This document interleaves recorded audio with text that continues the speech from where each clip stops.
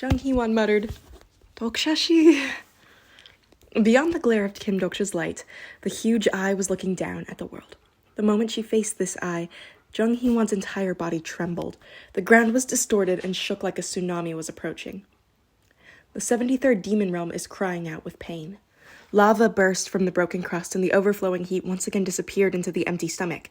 The whole world was becoming narrower around the industrial complex. Then it was obvious what would have happened to the other industrial complexes. The transcendent magic power amplified by the story moved. It was unreasonable to directly oppose that eye, but the seismic waves could be slowed. Quickly, you stupid disciple! Kyrgyz shouted, and the space beyond the walls of the industrial complex distorted. The horizon was swallowed up by a huge fog and disappeared into the darkness. No, it wasn't the horizon any longer. Nevertheless, Jung Hee-won didn't release her string of hope.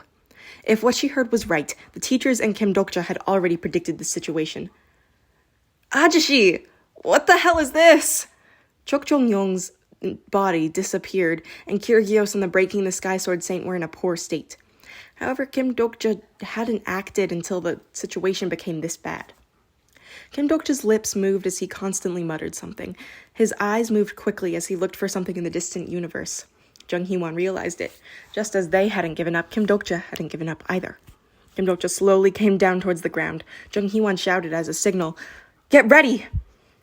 Lee Hyung-sung used steel transformation and asked, "Dokja-shi, what should we do?" Everyone was watching Kim Dokja. They didn't know what, but Kim Dokja would have something in mind. Kim Dokja slowly blinked and looked at the other party members.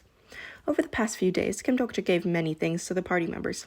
Lee Hyung-sung gained a new shield, and Jung Hee-won got a new skill.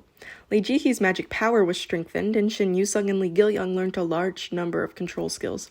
The party members believed it. The giant story Demon World Spring is moving for the owner of the story. If they had this giant story that they built together and the plan prepared by Kim Dokja, they would be able to knock down even the strongest enemy. They even destroyed Surya's train. If this enemy came... Jishi? The earliest one to sense something unusual was Shin Yu-sung. There were rough sparks as Shin Yu-sung's knees sank downwards. Her body couldn't move, like there was a chain tied around her. This is the story of Dokja. The giant story that flowed from Kim Dokja's body became powerful shackles around the party members. Lee Hyung-sung was slowly sinking to the ground. His face was blank as he asked, "Dokja-shi, what is this?" Kim Dokja's expression was still unreadable. He was there, but he didn't seem together with them. The party members thought they were all in this together, so why? Why did Kim Dokja seem to be there alone? There was no story that existed alone. Kim Dokja's king of a kingless world was linked to Yoo Jung-hyuk's one who succeeded the name of the king, while Jung Hee-won's exclusion of future evil was linked to Kim Dokja's one who showed contempt for a streamer. Not to mention the giant story that was a share in a larger story. The giant story Demon World Spring was of everyone who participated in the terrible battlefield. Nevertheless, at this moment, the Demon World Spring was only for Kim Dokja. The chief narrator of the giant story Demon World Spring has started his story. All the stakes in the giant story given to the party members were being controlled. The party members resisted using their stake in the giant story. Jung Hee-won, Yu Sang-ah, Lee Hyung-sung, Lee Gil-young, Shin Yu-sung. Even with all the shares they had, they couldn't defeat the gigantic will of a single person. It might have been different if it was Yoo Jung-hyuk, but he wasn't here now. Jung Hee-won sat on the ground and cried out painfully, "Wait, what is this? What the hell is this?" Jung Hee-won stared at Kim Dokja's expression before finally realizing something. Before a looming crisis, Kim Dokja always made a certain expression. The corners of his lips curved slightly and he looked a bit unlucky, but it reassured the members. Now Kim Dokja's expression. Why? If you were going to do this anyway, why have you been preparing us for the past few days? Why give me these skills? At Jung Hee-won's desperate cry, Kim Dokja opened his mouth for the first time. "I told you how to deal with the Sasquatch in the 28th scenario. But then my shield! It will be useful for catching the Algonquin snake in the 35th scenario. Don't forget your skills. Didn't I tell you all how to use it?" As always, there was a reason for the arrangement. To the companions who were looking bewildered, Kim Dokja gave reasons one by one. Then this scenario. However, none of the arrangements were for this scenario. The darkness was covering the horizon. Kim Dokja watched the darkness and spoke. "I'll handle this situation." "Shit! Don't talk nonsense!" Jung Hee-won shouted. I can't let you go! Don't go alone again, please! It was impossible for Kim Dokja to deal with that thing alone. The two transcendents in Chuk Jong-yong couldn't block it. There was no way Kim Dokja alone could face such a thing. I don't like this, Dokja-hyung! She grew stronger because she didn't want to be in debt to him like the last time. She performed the hellish personal scenarios and frantically defeated monsters. Jung Hee-won shouted as she coughed up blood. It is you who said we can't do this alone. You were the one who gathered us. You told me of all of this. An unfamiliar true voice flowed from the lips of the smiling Kim Dokja. I know.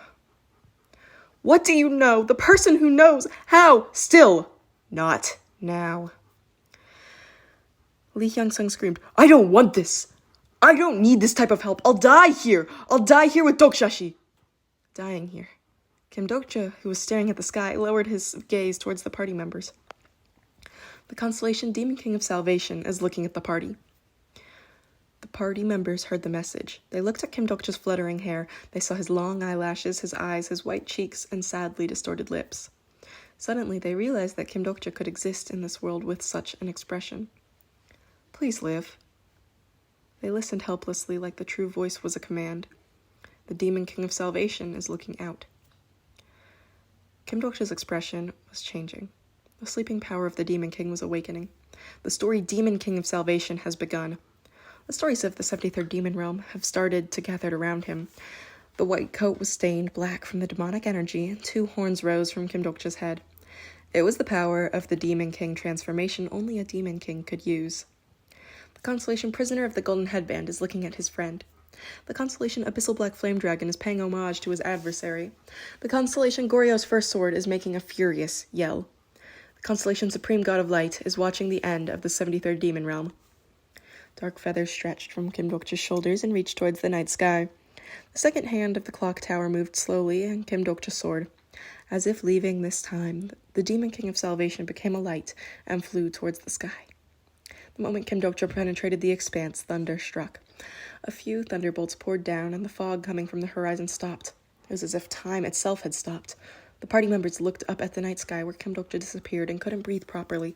Time continued passing on the incomplete clock tower. 1 minute, 2 minutes, 3 minutes. No matter how much time passed, Kim Dokja didn't come back. Jung Hee-won screamed, Kim Dokja! At almost the same time, the transcendents were thrown from the wall. The ragged Breaking the Sky Sword Saint and Kyrgyz staggered and rose from their spot. The fog started eating the world again. It ate everything on the horizon and was nearing the walls. The walls were disintegrating. People screamed. Jung Hee-won was busy thinking, he can't stop it. Kim Dokja can't stop it. Fog covered the entire industrial complex. The next moment, Jung Hee-won felt her body being transmitted elsewhere.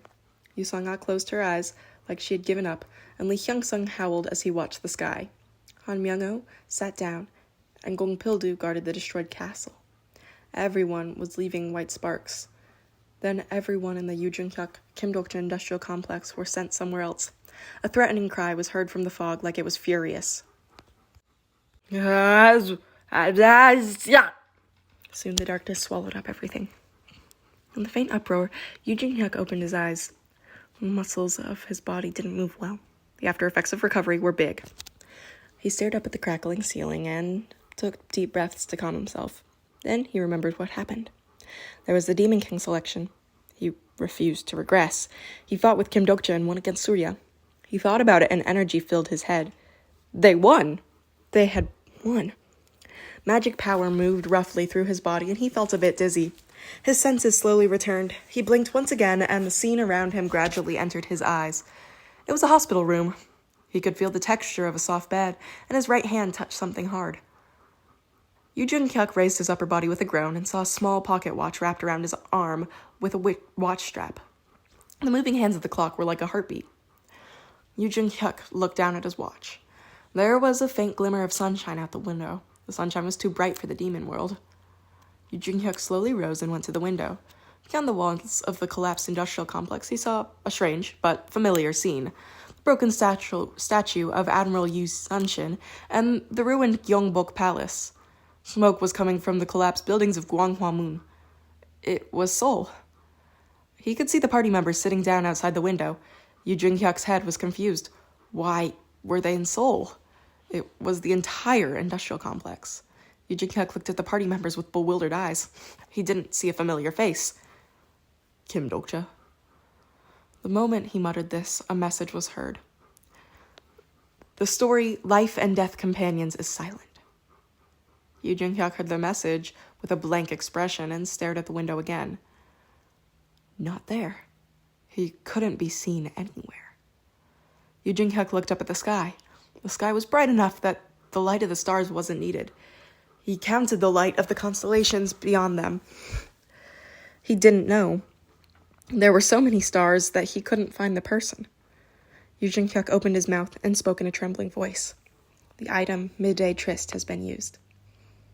The message window that had been used for a while was opened, and a message was sent. The message has been returned. It must just be an error. He sent the message repeatedly, several times over and over. He sent it, and again. As the messages kept being returned, Yu Jin-hyuk's gaze slowly lowered, then finally, you have exhausted the quota for today's messages.